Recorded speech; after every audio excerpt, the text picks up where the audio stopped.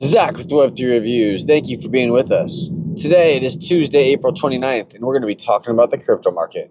Let's go. Remember that none of this is financial advice. Looking at the Osmi token. Osmi sitting at 1.4 cents. Some updates going on with the Osmi ecosystem. They now have the ability to stake your tokens. You can also turn on auto staking. So if you're running a node and you had tokens that were locked because they had a 90-day locking period upon earning your Osmi tokens before you could turn around and sell them, exchange them, stake them, do with them what you please. Because there's that period, I still have a bunch of tokens that are yet to be unlocked, right? Every day I have a day's distribution coming into my wallet as now it's able to be used. And I have auto staking turned on. But more than that, I'm no longer earning a distribution reward every day for running a node. And there are reasons for this. The Osmi team has decided that they didn't like what happened with their current model, how that was reflecting on the token price. Everyone was selling. There was no reason to be holding Osmi token. Every day you got tokens and every day you sold tokens. It got so bad that they even ran out of liquidity on Uniswap. And people are mad about this. People are like, man, I bought these nodes and now they're functionally worthless because they don't earn anything. Osmi's argument is, hey, if they were earning X amount of tokens, but that X amount of tokens was worth nothing, you would be earning nothing as well. So give us time to work this out and then we'll be back. Get our ecosystem straight, have people start actually spending the Osmi token to use their AI,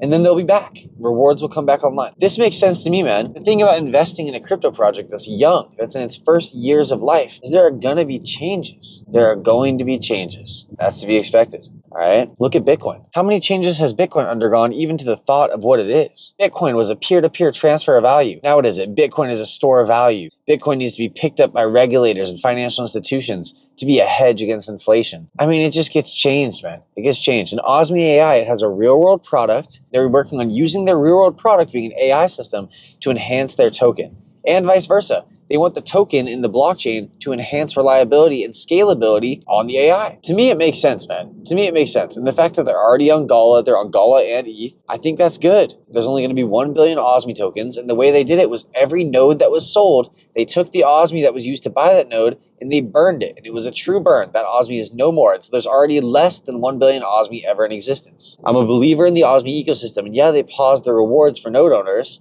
but I think that Osmi is still a great buy. And I wouldn't buy a node right now. I would just buy the Osmi token. 1.4 cents. It's on its way up. Okay, you can get it on Mexi. And so I'm actually making a Green Candle Boys NFT about Osmi. I'm a guy who runs Osmi nodes. I'm here for the long-term use case for a lot of these ecosystems on the Galachain.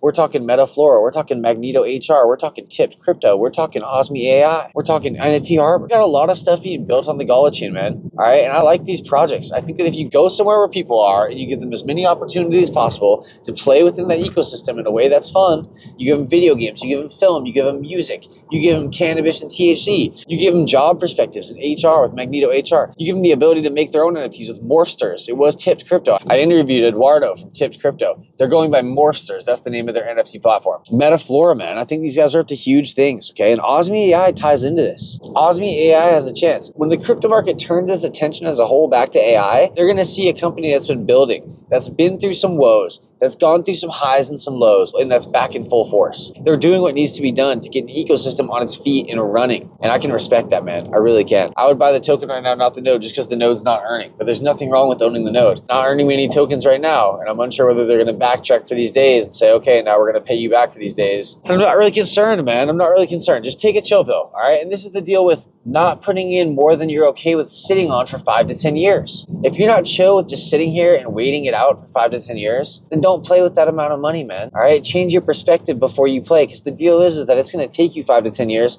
to even figure out how to make money in this game. You might get lucky and hit on a token, all right? You might get lucky and get in on a good node project, but eventually you're going to build a mindset, you're going to build a mentality, you're going to be able to hodl through any storm, and you're going to know which tokens are valuable intrinsically, not only to you, but to the market as a whole, because they provide a real-world use case. They're going to be bringing Web 2 into Web 3. They're going after a use case with a huge market cap, and they're working to achieve it. They have partnerships that are budding. I think that AI is an area that has infinite room of growth. AI is going to be integral in this next system, man. We opened up Pandora's box, and there's no putting it back. Osmi AI is going to be huge, man. I still run my Osmi nodes. I have auto staking on. I have no problem with Osmi. I'm actually bullish as could be on Osmi. The fact that these guys saw a problem and said, hey, let's fix the problem. Bam, there it is. Let's put a band-aid over the problem until we can get a better solution. I like what they're up to, man. I think it's good. USTO came out on Flare, which is a new version of USDT on Flare. 2 hours after it launched, 2.1 million USDT was bridged. 420,000 USDT was migrated.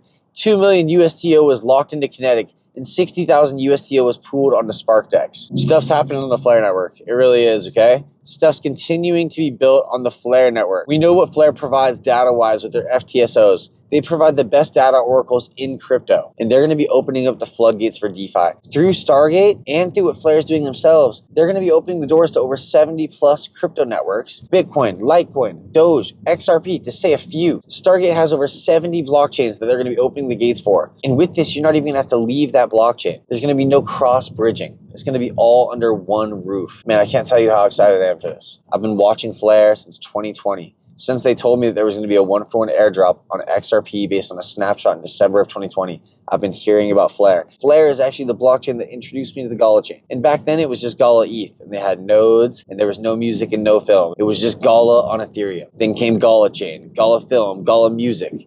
Flare introduced me to this, and there used to be an idea that there was going to be a partnership between Flare and Gala was going to run an FTSO for Flare. Flare was going to have a Citadel in Mirandus. Now we know that FTSOs are live and that Mirandus isn't, so maybe that's why the deal didn't come to fruition. This is another one of those things that I'm not beefing about. I think that Mirandus is going to come out, and when it does, it's going to shock. I think that when Mirandus comes out, it's going to effing blow people away. If you're investing in a crypto, you got to be able to wait 5 to 10 years. If you're investing in a video game, you got to be able to wait 5 to 10 years. If you're investing in a video game cryptocurrency, you got to combine that weight, man. There's a lot of moving factors here. And the fact of the matter is that Mirandus has a chance. Mirandus has a chance to come out and to do great things, all right? And I still see a world in which Flare and Gala could be intertwined in some way. Maybe it'll be through Stargate. I don't know. This is what Hugo has to say about it. First of all, this is on top of a post by USDTO. USDTO says that they're live on the Flare networks, bringing the liquidity of the world's largest stablecoin, prime for XRP DeFi on Flare. Your US dollar tether now on Flare. Grogato says, doesn't Flare already have Layer 0 bridge tokens of USDT? What makes USTO special enough to tease the announcement? And Hugo responded to this and said the biggest difference for users with USTO versus Stargate USDT versus USDTO versus Stargate USDT is that partner exchanges treat it similarly to USDT, i.e. you can onboard and offboard directly to and from Flare from an exchange with USDT, the world's largest stablecoin. Now I know I talk on this channel about how USDT is propped up by what? We don't know. By air. And Brett XRP brings up a great point. Why use an unbacked racket that prints when they feel like it rather than RLUSD?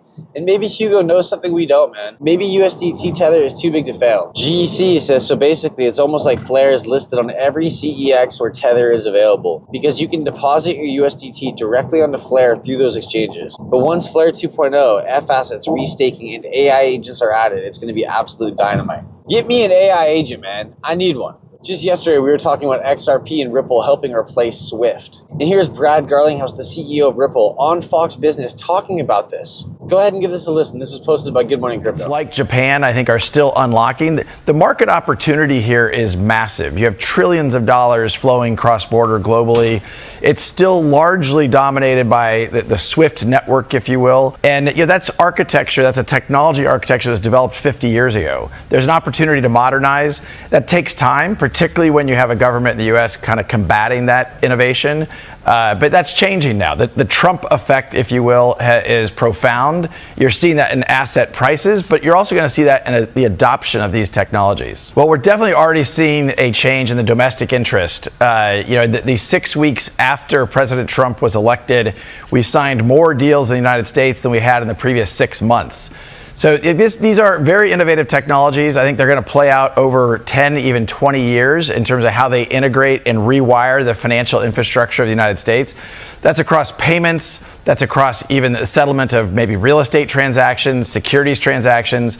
So I think we're going to see this play out over a long arc. But the United States is finally unlocked, and I think people are underestimating how big that change is, and you'll see that continue to play out this year. So, man, I foresee a world 5 years from now. It could come before that, and it could come after that. I'm not good at timeline predictions, but I foresee this world in which XRP and Ripple overtake SWIFT, and XRP is dominating price-wise. wise, sitting at 3, 4, 5 digits. I see a world in which Gala Games and that whole ecosystem is just absolutely killing it. We're talking about Gala being an Epic Games of sorts. We're talking about Gala Film being a Netflix of sorts, and Gala Music being a Spotify of sorts. All right, now of course there's going to be nuances. It's going to be its own thing. It's going to be better than what there already is. This is what innovation looks like. Innovation ends up looking better. Give it time to get there, okay? You remember Netflix in its early days, they had to send you a video to your doorstep, and then you had to watch it and send it back. It either constantly wasn't enough of what you wanted to watch. You're like, man, Blockbuster was better than this. But they figured it out, because innovation keeps going, and what's stagnated doesn't. We were talking just yesterday about how Swift,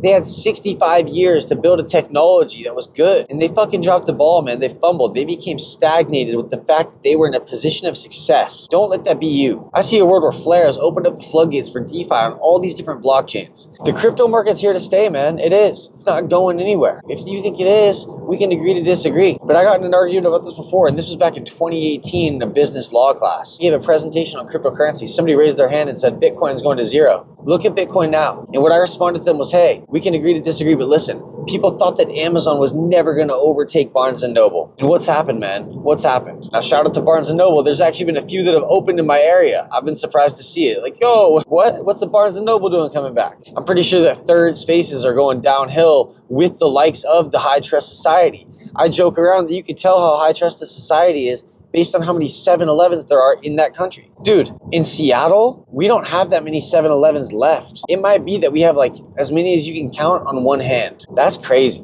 And it's because people hang out outside them, man. They loiter.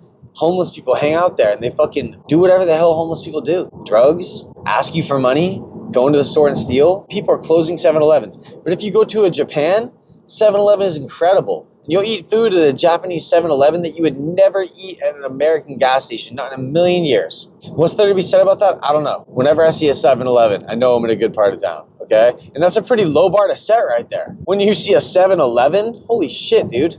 Man, we got this blackout in Spain. What the hell? Apparently it's even worse in Portugal. They're saying it was a solar flare. Did the XRP conspiracy theorists hit the mark again? Are you kidding me? Bearable Bull was calling for money to be dirty. He was calling for solar flares. He was calling for power outages. Now what? Seriously, somebody should give Bearable Bull his flowers, man. That dude's a beast. He was sitting here calling all this shit years and years ago. And yeah, it's easy to always be calling for doom and gloom, and then it happens. He's been calling it like a playbook, man. Hey, I'm gonna leave it there, dude. I'm gonna leave it there. Zach with Web3 Reviews. Thank you for being with us. All boats will rise. That's if you're in a good boat, at least. Don't be in a leaky ship, all right? Be in a ship that sees a problem and patches the holes, like Osmi AI did. Patch the holes, baby.